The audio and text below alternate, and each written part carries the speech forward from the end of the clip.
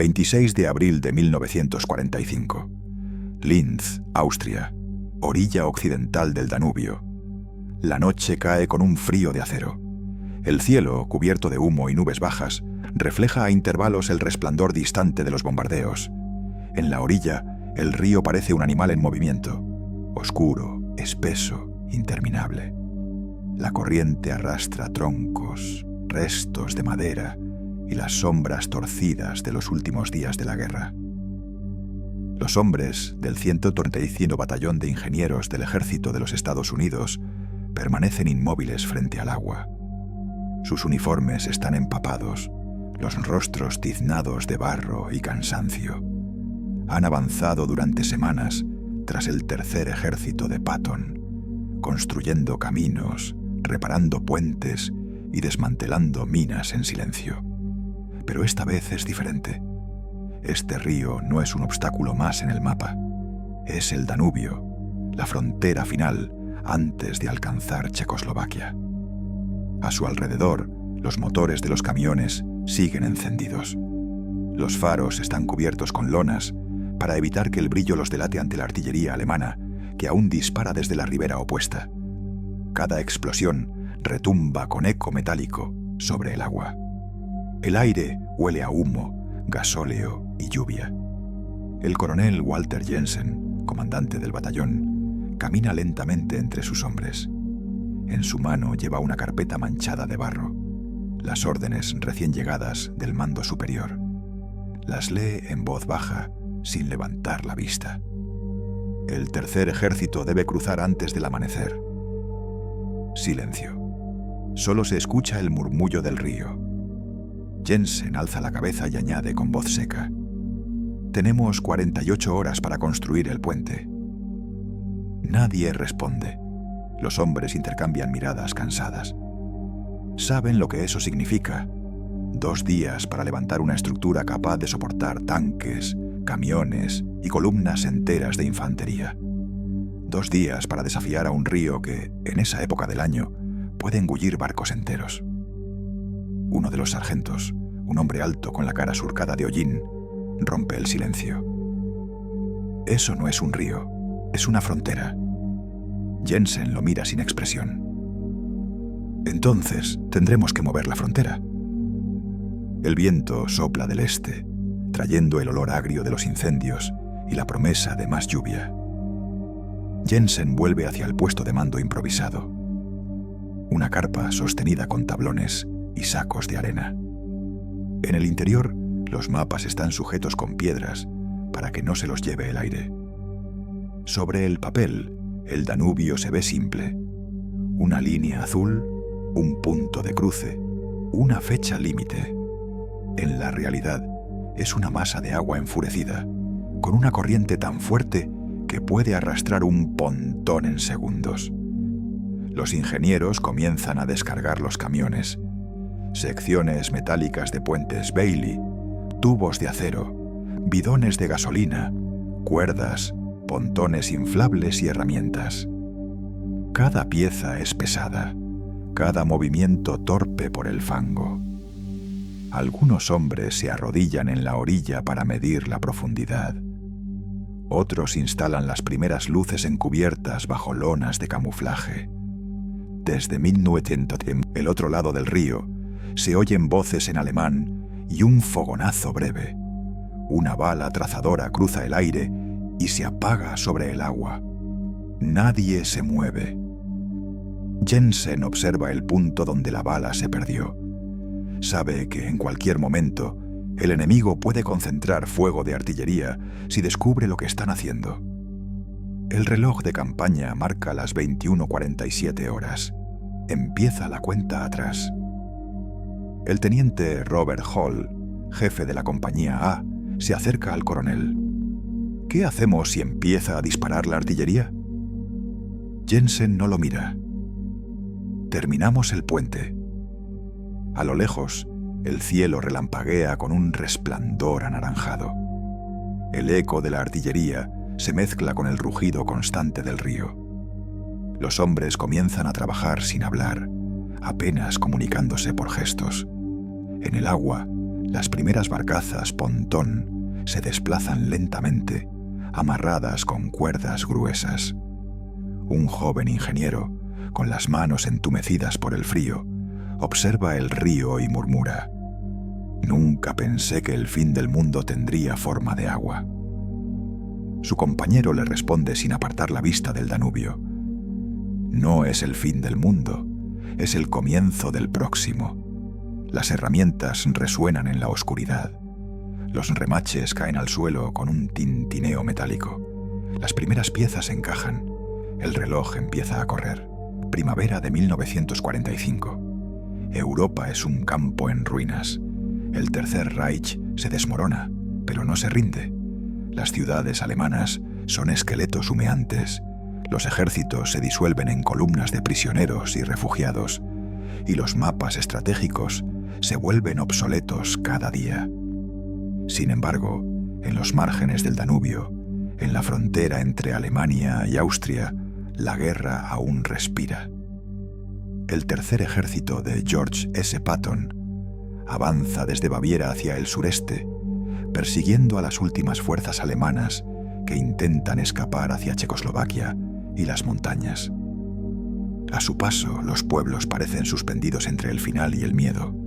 Algunos ondean banderas blancas improvisadas, otros arden tras combates breves y desesperados. Patton no se detiene. Su objetivo es claro: alcanzar Linz, asegurar los puentes sobre el Danubio y abrir una ruta hacia el corazón industrial de Bohemia. El río, sin embargo, es un enemigo distinto. No se puede bombardear ni rodear. El Danubio, alimentado por el deshielo de los Alpes, es ahora una muralla líquida, casi medio kilómetro de ancho, con una corriente que arrastra árboles enteros y los restos del colapso del Reich. Los puentes de piedra y acero que cruzaban Linz fueron demolidos por la Luftwaffe antes de retirarse. Lo que queda son ruinas, pilares torcidos, cables hundidos y estructuras carbonizadas. Los mapas aliados muestran el Danubio como una línea azul gruesa. Los ingenieros la llaman la herida de Europa. Al otro lado, los restos de unidades alemanas, infantería, artillería antiaérea, incluso estudiantes armados, aún resisten. Disparan desde los bosques, obstaculizan los pasos, dinamitan carreteras. La guerra está perdida para ellos. Pero su orden es clara: retrasa al enemigo todo lo posible. En el este, el Ejército Rojo ya ha cruzado el río en varios puntos de Hungría y Rumanía. Para los soviéticos, los estadounidenses no llegarán a tiempo. Los informes interceptados por la inteligencia soviética afirman que el avance occidental se detendrá en el Danubio y que las fuerzas de Patton tardarán semanas en montar un puente. En los despachos de Moscú, los generales comentan con calma: el río decidirá la frontera. Los alemanes comparten esa esperanza. Sus observadores, desde las colinas al norte de Linz, ven las columnas americanas detenerse junto a la orilla. Las barcazas estadounidenses parecen frágiles. Los camiones se atascan en el barro. Los hombres estudian el cauce con binoculares. Todo indica que el avance se ha detenido. Pero los estadounidenses no planean esperar. En los cuarteles del Tercer Ejército, las órdenes circulan con una claridad que no deja espacio para la duda. El cruce debe realizarse en menos de 2 días. El enemigo debe ser perseguido sin descanso y el río superado sin demora. El propio Patton, impaciente, lanza su habitual mezcla de exigencia y desafío. «No me importa el ancho del río», dice. «Lo cruzaremos o moriremos intentándolo». Las divisiones de infantería se detienen al borde del Danubio, pero no descansan. Los ingenieros descargan los primeros camiones, inspeccionan la ribera y buscan puntos de anclaje. Mientras tanto, la artillería norteamericana dispara hacia la orilla opuesta para mantener a los alemanes agachados. En cuestión de horas, el paisaje cambia. Donde antes había solo agua y silencio, comienzan a aparecer herramientas, grúas improvisadas, pontones y vigas de acero. Cada golpe de martillo suena como una declaración. El alto mando soviético, lejos de allí, cree que el Danubio detendrá a los estadounidenses durante semanas. Pero el tercer ejército de Patton nunca fue conocido por detenerse. El Danubio no era un río, era una frontera, una línea viva, ancha y turbia que cortaba el continente en dos como una herida todavía abierta. En Linz, su cauce superaba los 400 metros de ancho, con una corriente fría y poderosa que arrastraba ramas, tablones, barriles e incluso los restos de puentes destruidos.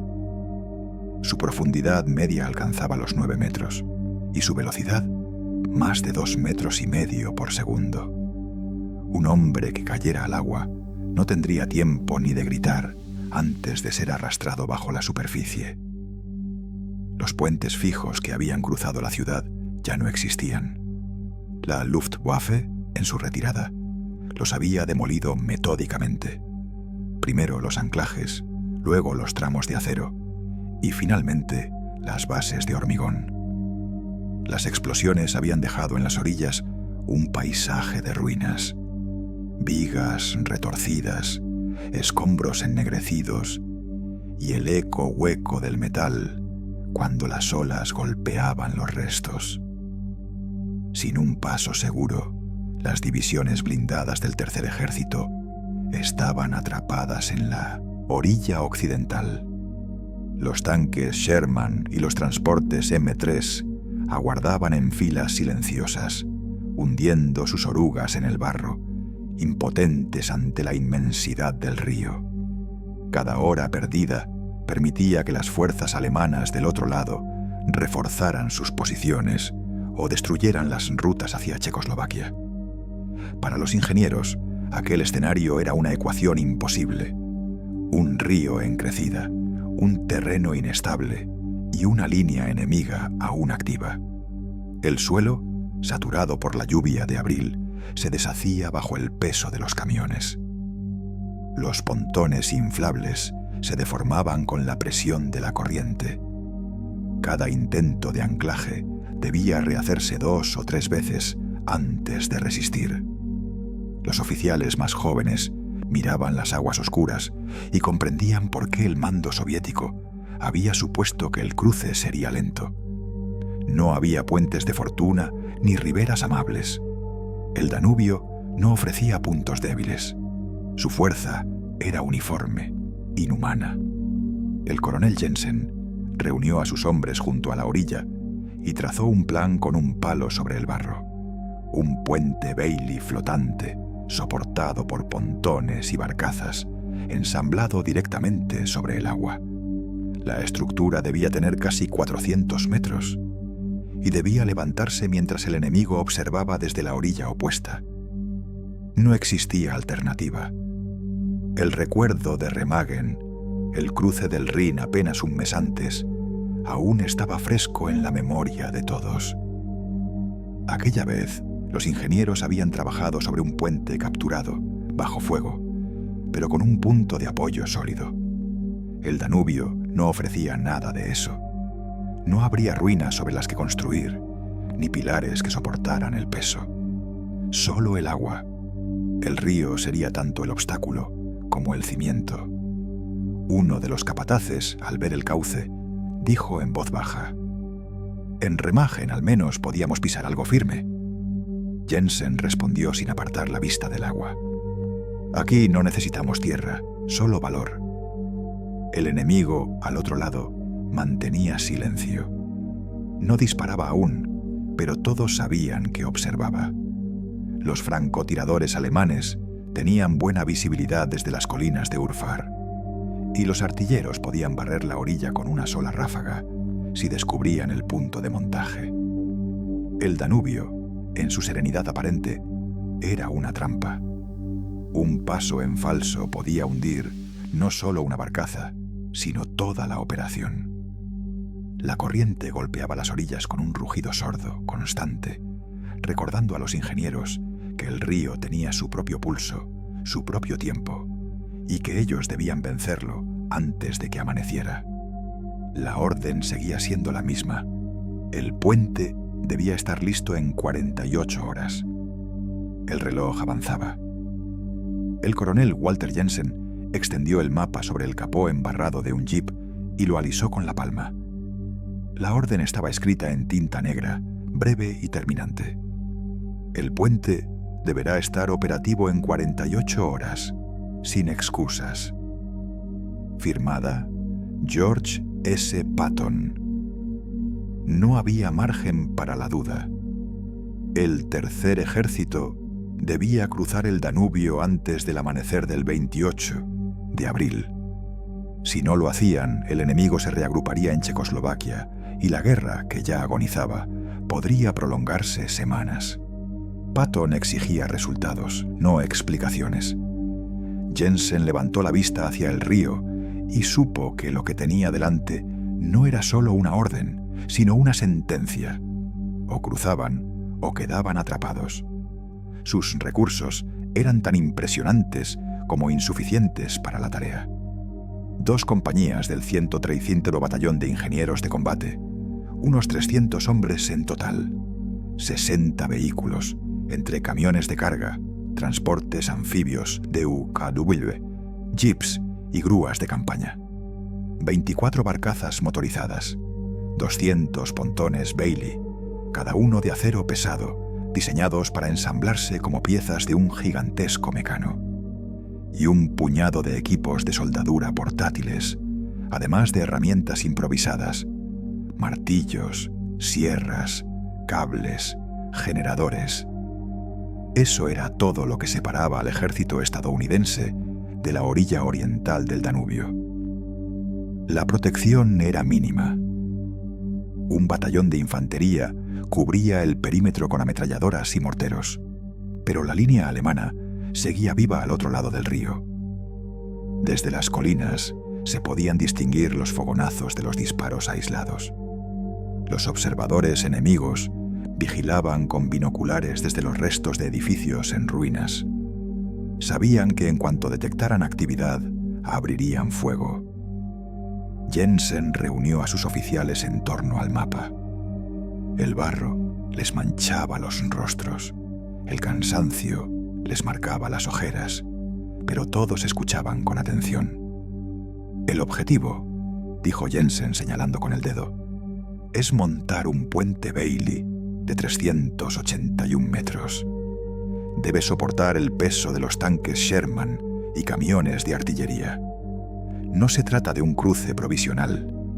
Necesitamos una vía completa, estable y segura. Uno de los tenientes, un hombre joven con la mirada de quien ya no cree en los milagros, levantó la voz. Coronel, con la corriente que tenemos, eso no puede hacerse en 48 horas.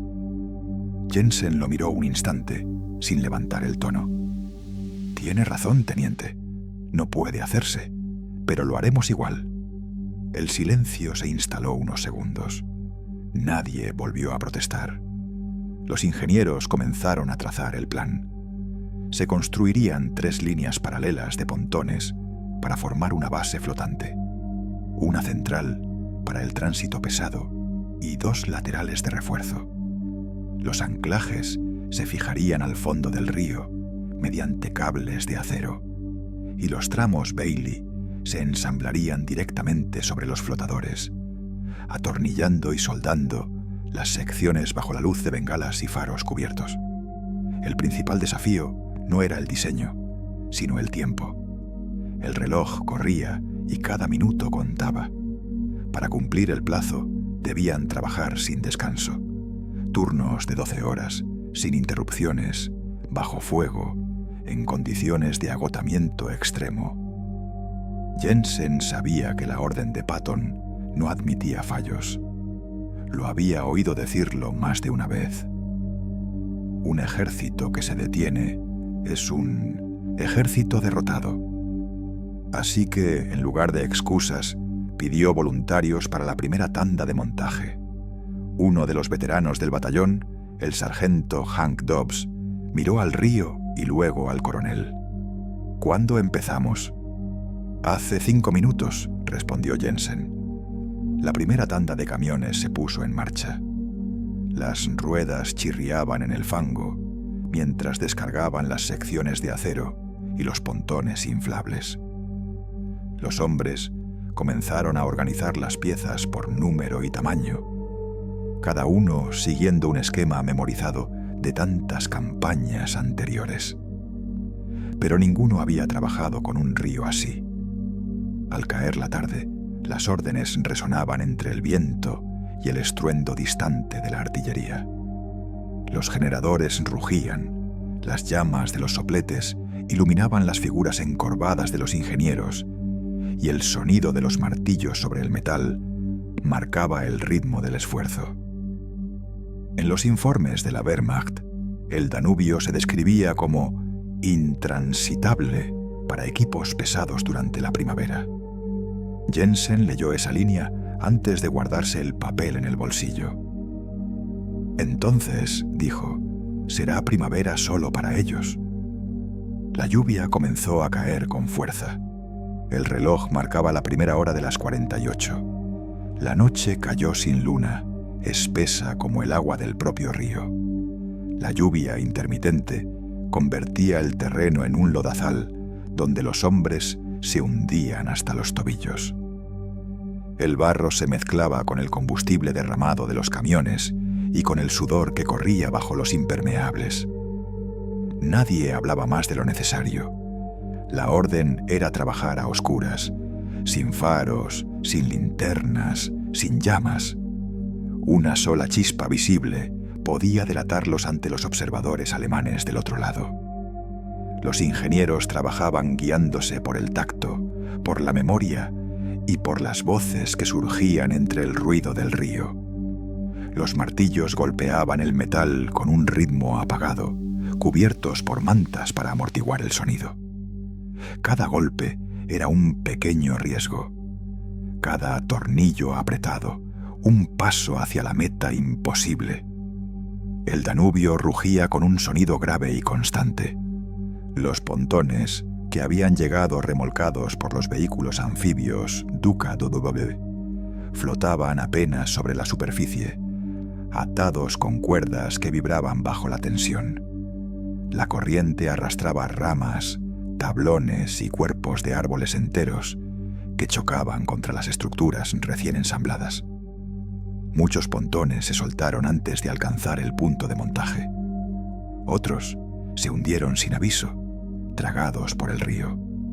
Los hombres trabajaban sin descanso, empapados, con los rostros cubiertos de barro y el aliento visible en el aire frío. Las manos, entumecidas, apenas podían sujetar las herramientas. Cada pocos minutos se oía una voz perdida entre la oscuridad. «Tira de esa línea, sujétalo». Una corriente traicionera arrancó uno de los pontones de su amarre. Un soldado, sin pensarlo, se lanzó al agua con una cuerda amarrada al torso. Durante unos segundos se vio su silueta en la superficie, iluminada por un relámpago. Luego desapareció. Nadie volvió a verlo.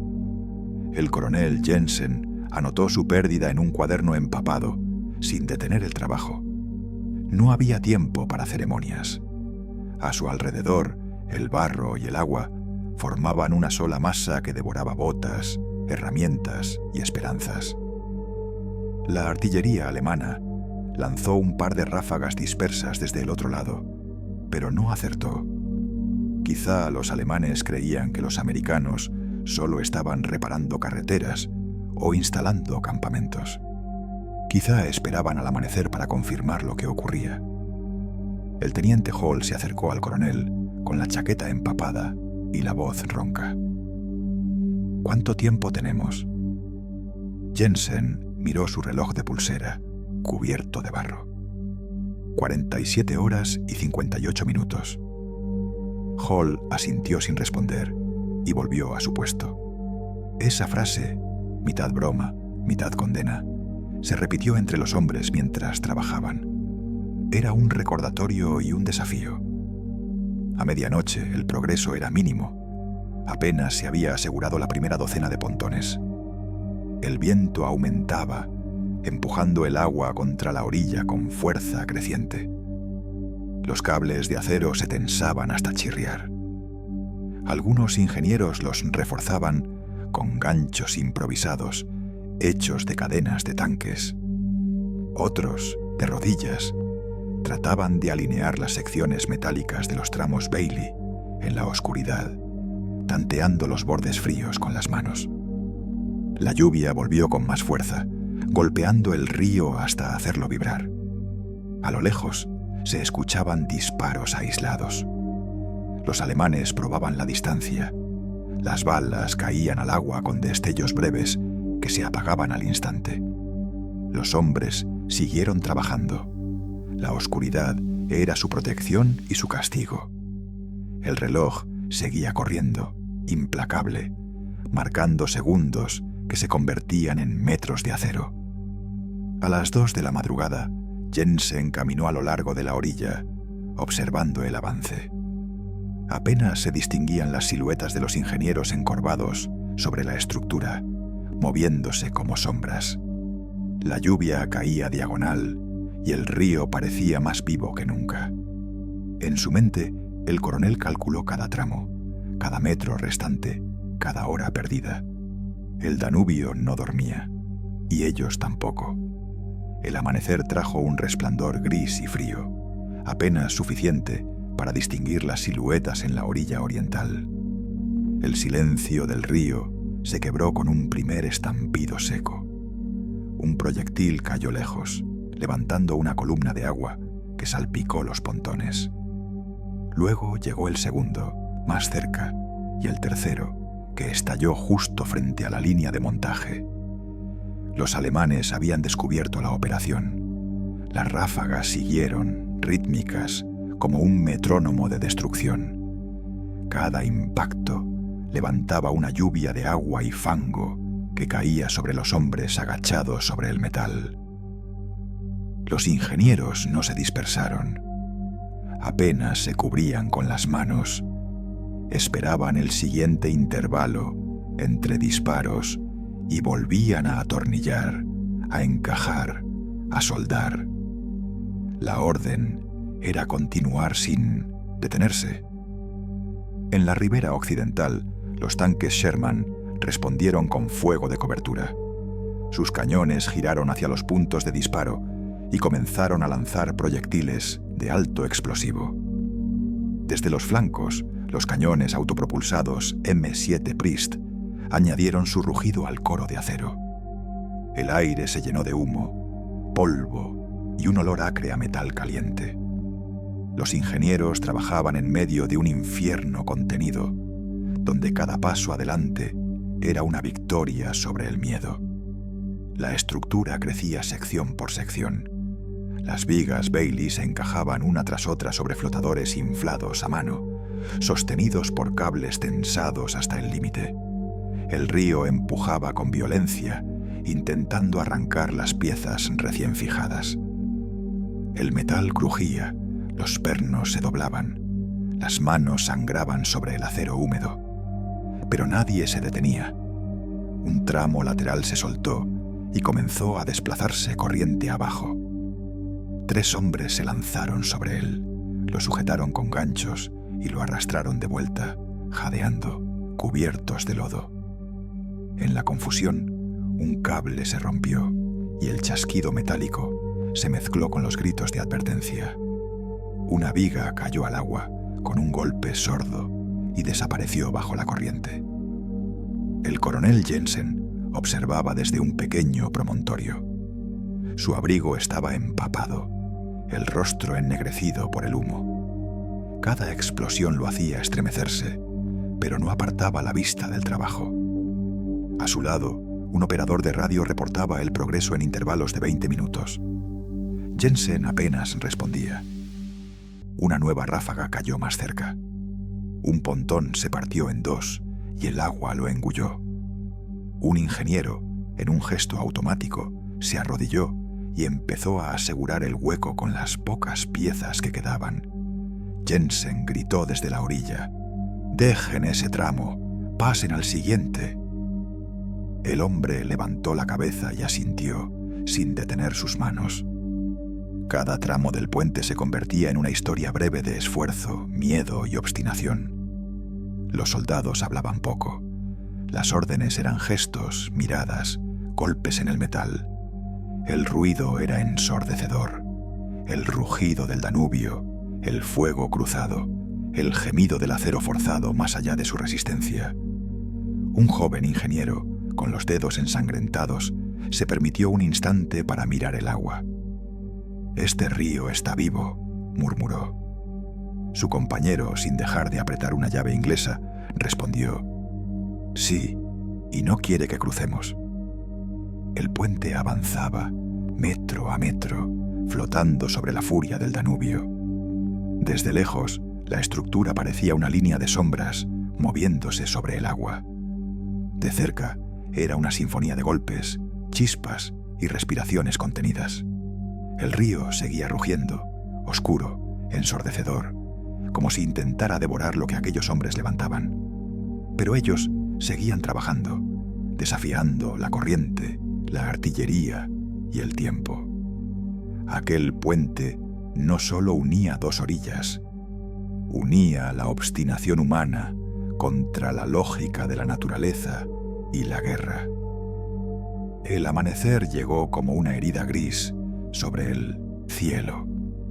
La lluvia se había convertido en una llovizna constante, fina y fría, lo bastante ligera para mojarlo todo sin ofrecer alivio. Los hombres del 135 Batallón llevaban más de 30 horas sin dormir. Sus rostros eran máscaras de barro y fatiga. Los uniformes, una mezcla de tela, sangre y combustible seco. El rugido del río se había convertido en un sonido continuo, casi interior, un pulso que parecía salir de sus propios cuerpos. A lo largo de la noche, habían logrado ensamblar 220 metros de estructura flotante. Desde la orilla occidental, el puente se extendía sobre el Danubio como una espina dorsal de acero irregular. Pero aún faltaban más de 150 metros para alcanzar la otra ribera. El tiempo, que ya era su enemigo, comenzaba a volverse un juez implacable. El coronel Jensen caminaba entre los hombres, deteniéndose solo para dar órdenes cortas. Su voz era ronca pero firme. «Revisen los anclajes, refuercen los flotadores. Nadie se detiene, nadie». Los alemanes, al otro lado del río, comenzaban a retirarse hacia el interior de Linz, pero aún mantenían posiciones de artillería en los altos del este. Cada cierto tiempo, un proyectil caía sobre el agua, lanzando una columna de espuma que caía como lluvia sobre los hombres. Ya no se inmutaban. Habían aprendido a reconocer por el sonido cuándo una explosión caería cerca y cuándo podrían seguir trabajando. A media mañana, mientras una cuadrilla fijaba un nuevo tramo, la tragedia golpeó otra vez.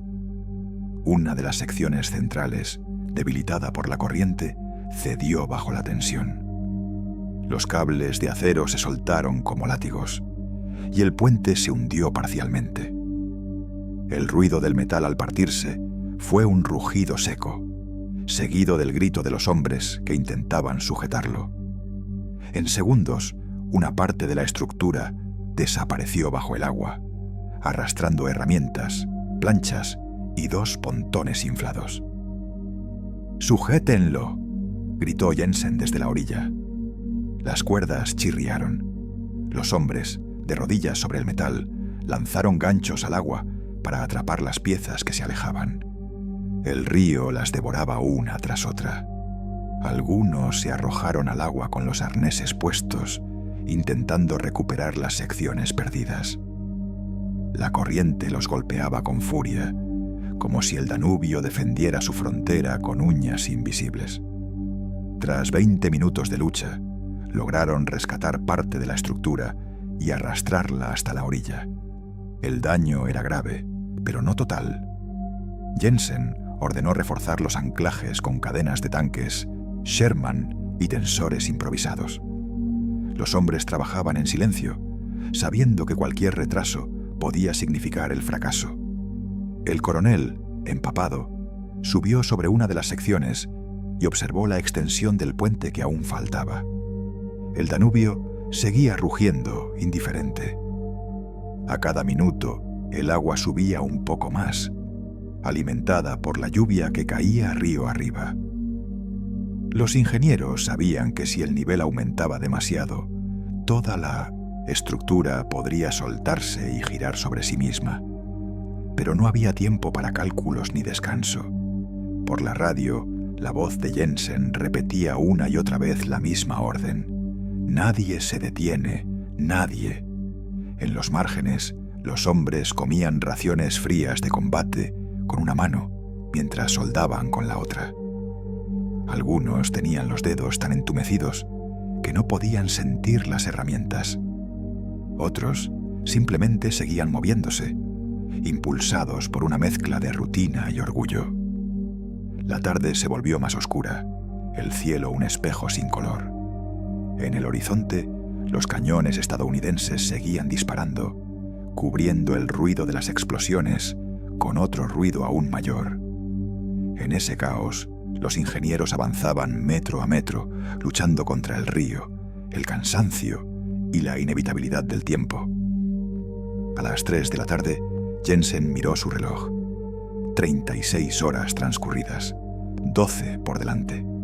El puente estaba a más de la mitad, y el Danubio, por primera vez, parecía ceder. La tarde del 27 de abril llegó envuelta en un silencio extraño. No era calma, sino la antesala de algo que todos temían. El cielo se había vuelto de un gris sucio, y la lluvia, que al principio caía como una bruma fina, se transformó en un aguacero persistente. El Danubio, hinchado por las precipitaciones río arriba, empezó a crecer con una fuerza nueva. La superficie se ensanchó, las corrientes se aceleraron y los pontones comenzaron a balancearse violentamente bajo la estructura. Los ingenieros vieron cómo los cables de acero que sostenían el puente se tensaban hasta vibrar. Algunos emitían un sonido agudo, como si el metal estuviera gritando. Los cálculos eran claros. Si el nivel del agua subía 10 centímetros más, el esfuerzo sobre los anclajes superaría el punto de ruptura. Si eso ocurría, todo el puente, 280 metros de acero, sudor y sacrificio, se soltaría y sería arrastrado río abajo, como un juguete.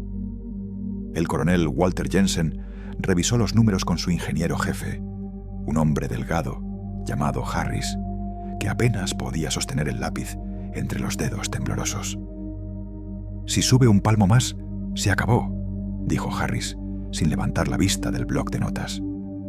Jensen lo escuchó en silencio, luego miró el río y respondió con voz baja. «Entonces no dejará de subir. Lo haremos ceder». La decisión fue inmediata. Jensen ordenó anclar barcazas en diagonal corriente arriba, formando una especie de escudo flotante que desviara parte del flujo del río. Era una idea desesperada. Las barcazas no estaban diseñadas para eso, y si una sola se soltaba, podía golpear el puente con fuerza suficiente para destruirlo. Pero era la única opción. Los hombres comenzaron a improvisar. Sacaron cadenas de tanques Sherman, restos de acero e incluso partes de orugas dañadas, utilizándolas como anclas improvisadas. Cada eslabón pesaba más de 30 kilos y los arrastraban en grupos de 4, medio sumergidos en el barro. El trabajo era ciego, agotador, peligroso.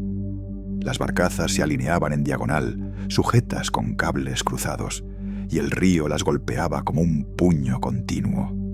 Un error, un cálculo mal hecho, una cuerda que cediera, y todo se perdería.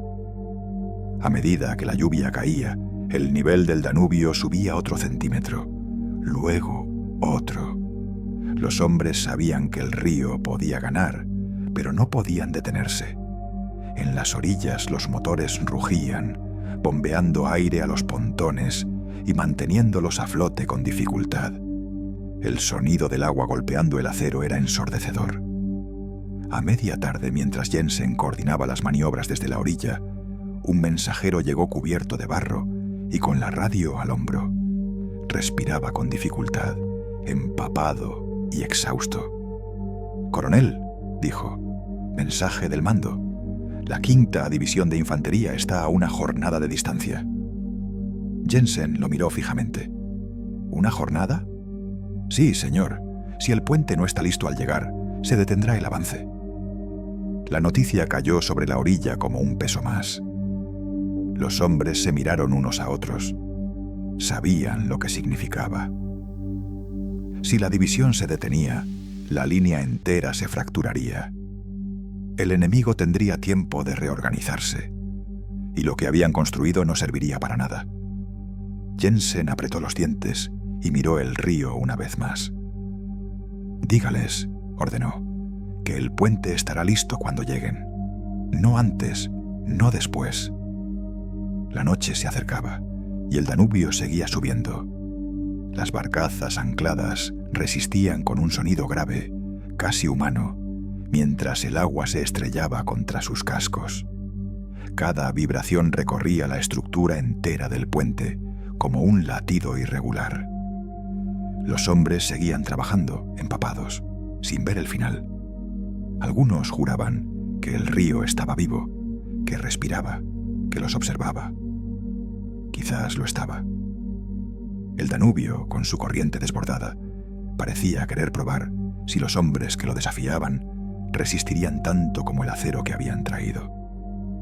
Jensen, cubierto de barro, se encendió un cigarrillo mojado y lo sostuvo entre los labios sin encenderlo. «No hay milagros, solo trabajo», murmuró, y siguió dando órdenes. La carrera contra el reloj había comenzado de verdad. La última noche llegó sin estrellas. El cielo era una lona negra atravesada por el resplandor intermitente de las bengalas. La lluvia había cesado, pero el aire seguía húmedo, cargado de electricidad y humo. El río rugía más fuerte que nunca, como si protestara por lo que estaba a punto de ocurrir. Los generadores portátiles zumbaban junto a la orilla, proyectando una luz amarillenta sobre los hombres cubiertos de barro y grasa. Las chispas de los sopletes iluminaban rostros cansados y manos ensangrentadas. El aire olía a metal quemado, caucho y agua fría. Nadie hablaba. El sonido de las herramientas era lo único que llenaba la oscuridad. Los ingenieros del 100-300 batallón se movían como un organismo único. Cada uno sabía lo que debía hacer. Ya no necesitaban órdenes. El reloj marcaba las 04:50. Faltaban apenas minutos para cumplir el plazo imposible. La estructura se extendía casi completa, uniendo dos mundos con una línea de acero flotante. El último tramo, una pieza de 15 metros de largo, era el más peligroso. Debía encajarse justo en el centro, donde la corriente golpeaba con más fuerza. Los hombres trabajaban inclinados sobre el agua, con las botas llenas de barro y las manos resbaladizas. Cada tornillo debía alinearse al milímetro. Un error y todo el puente podía desmoronarse. El coronel Jensen observaba en silencio desde la orilla. Su rostro estaba cubierto de hollín, los ojos rojos por el cansancio. A su alrededor, las radios crepitaban con voces distorsionadas, los motores rugían y las bengalas lanzaban destellos sobre el Danubio. Cuando el último perno fue asegurado, Jensen dio una sola orden: «Bajen la rampa». La sección final encajó con un gemido metálico. La estructura entera vibró como un instrumento tenso, pero resistió. Las ondas se propagaron a través de los pontones, que se balancearon y luego volvieron a su posición. A las 05:20 del 28 de abril de 1945, El coronel Jensen subió a su Jeep Willys. El motor tosió 2 veces y arrancó. Con un gesto breve, hizo señas a su conductor. Detrás de él, un pequeño pelotón de zapadores lo escoltaba a pie, armas al hombro, atentos al crujido del metal bajo sus botas. El vehículo avanzó lentamente sobre el puente recién completado. Cada metro era una prueba. El río seguía empujando, oscuro e interminable. El acero temblaba bajo el peso del jeep. A mitad del recorrido, Jensen se giró hacia su ingeniero jefe, Harris, que lo seguía caminando. ¿Cuánto tardamos? Harris consultó su reloj y respondió sin levantar la voz. 47 horas, 35 minutos. Jensen asintió. Patton estará decepcionado. Le sobraron 25. El humor era seco, forzado, pero suficiente para arrancar una sonrisa en los hombres. Cuando el jeep alcanzó la orilla opuesta, todos contuvieron la respiración. Jensen se bajó, pisó tierra firme y miró hacia atrás.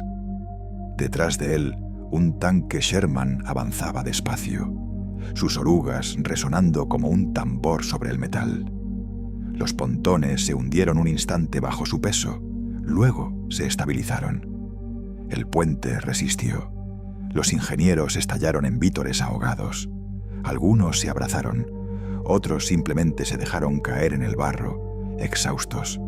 La línea de acero se extendía sobre el Danubio, firme, desafiante, brillante bajo la primera luz gris del amanecer. Habían vencido al río, habían vencido al tiempo. El amanecer del 30 de abril de 1945 trajo un silencio inusual sobre Linz. El fuego de artillería se había extinguido.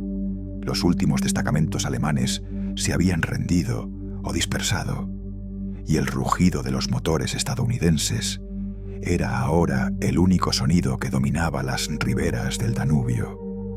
El puente seguía allí, flotando sobre el agua turbia, una línea de acero suspendida entre la guerra y la victoria. Durante 2 días, los ingenieros del 130º Batallón habían dormido apenas unas horas. Aún así, permanecían cerca de la estructura, revisando anclajes, reemplazando remaches y vigilando los cables de sujeción que vibraban bajo el peso constante de los convoyes. Desde el amanecer, columnas de tanques Sherman, camiones GMC y transportes de tropas cruzaban el puente sin pausa rumbo al norte. El acero se arqueaba y crujía, pero resistía. El Danubio, que durante siglos había sido una frontera entre reinos, ejércitos y civilizaciones, se había rendido ante la voluntad de los hombres que no creían en lo imposible. 3 días después, las avanzadas soviéticas llegaron desde el este. Sus camiones CIS y blindados T-34 se detuvieron en la orilla. Los soldados rusos, exhaustos tras semanas de combate, se quedaron mirando el puente con una mezcla de sorpresa y respeto. Nadie esperaba encontrarlo en pie. Un oficial soviético, con el abrigo manchado de polvo y una gorra ladeada, descendió de su vehículo y observó la estructura desde la orilla. Las vigas brillaban bajo el sol, cubiertas de barro seco, mientras el río seguía golpeando los pontones con su fuerza incesante. El oficial respiró hondo y dijo en voz baja, casi para sí mismo: nuestros ingenieros habrían tardado una semana.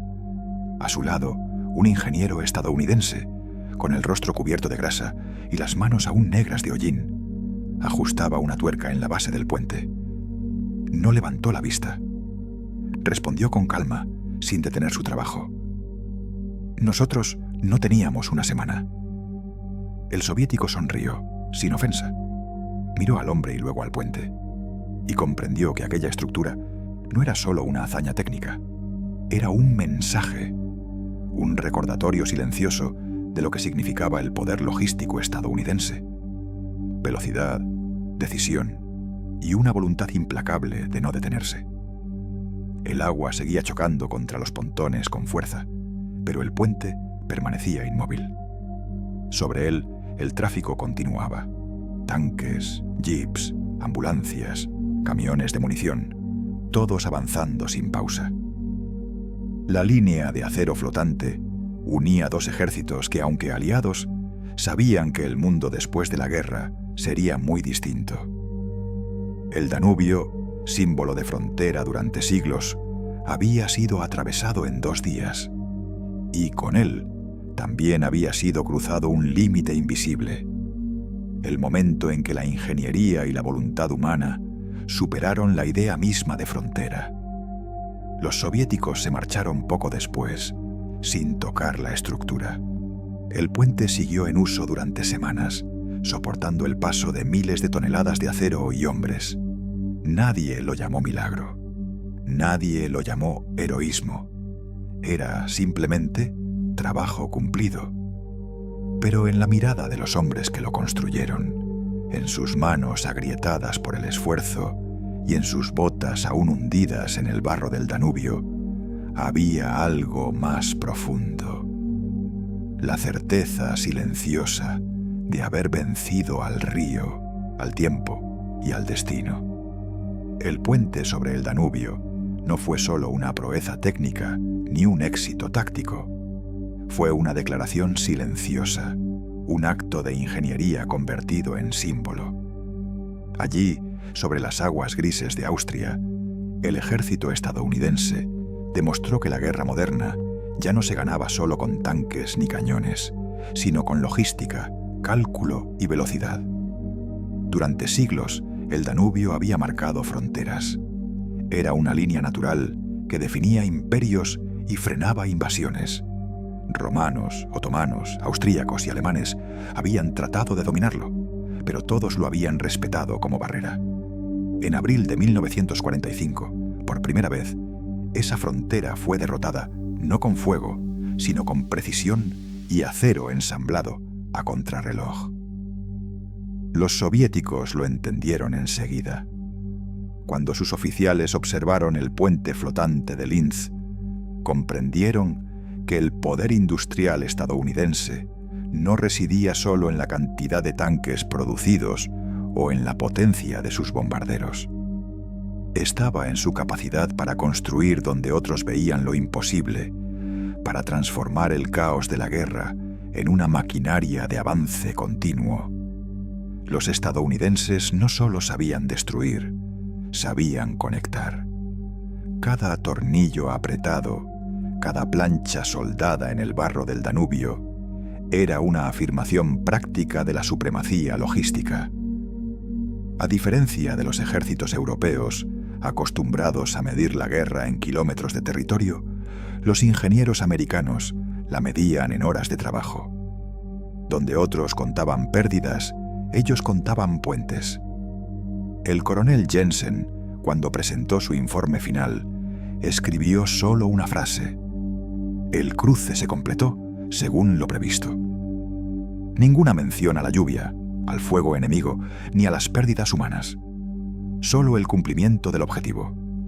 Para él y sus hombres, la hazaña no era heroísmo, era oficio. Pero la historia lo interpretó de otra forma. El puente de Linz se convirtió en un ejemplo que recorrió academias militares, despachos políticos y fábricas de medio mundo. Era la demostración tangible de que el poder ya no dependía de conquistar, sino de moverse más rápido que el adversario. En Moscú, los informes del Ejército Rojo describían el cruce con una mezcla de respeto y alarma. Los americanos han hecho del acero una herramienta de tiempo, decía uno.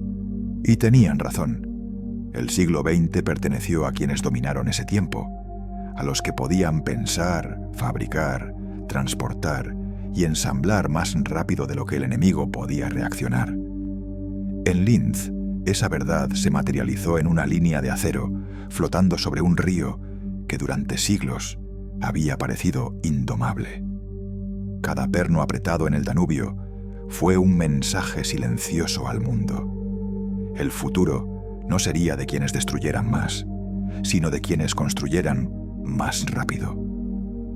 En menos de 48 horas, los hombres del 135 Batallón de Ingenieros de Combate cambiaron el curso de una campaña y con ella el ritmo de una guerra que llegaba a su fin. Lo que comenzó como una orden imposible se convirtió en un puente que unió dos orillas, dos ejércitos y dos formas distintas de entender el poder. El puente de Linz permaneció en servicio apenas unas semanas. Cuando la guerra terminó, fue desmontado pieza por pieza, embalado y retirado del Danubio como si nunca hubiera existido. Los pontones regresaron a los almacenes, las vigas a los depósitos y los hombres a casa. El río volvió a su cauce natural, indiferente, borrando las huellas del acero y del esfuerzo humano. Pero la historia no desapareció con él. En los manuales de ingeniería militar, en los informes tácticos del Tercer Ejército y en las anécdotas contadas entre generaciones de zapadores, el cruce del Danubio quedó grabado como una de las mayores demostraciones de coordinación, velocidad y coraje de toda la guerra. Los soviéticos también lo recordaron. En los años posteriores, los informes del Estado Mayor mencionaban con frecuencia aquel cruce como ejemplo del poder logístico estadounidense. Los oficiales rusos lo citaban con un tono de respeto silencioso. Los americanos no solo saben luchar, saben construir bajo fuego. Y tenían razón. Aquel puente, nacido del barro, el cansancio y el acero, fue más que una estructura temporal. Representó una idea, que el ingenio humano puede imponerse incluso cuando el enemigo no es otro ejército, sino el propio tiempo. Cuando el coronel Jensen abandonó Linz, semanas después, hizo una última visita a la orilla. El río fluía tranquilo, sin rastro de la obra que había desafiado su fuerza. Encendió un cigarrillo, observó la corriente durante unos segundos y murmuró para sí: «Nada que valga la pena dura para siempre, pero mientras dura, cambia el mundo». El Danubio siguió su curso, pero su frontera había sido vencida. Mientras otros veían un río imposible, ellos vieron un camino y lo cruzaron.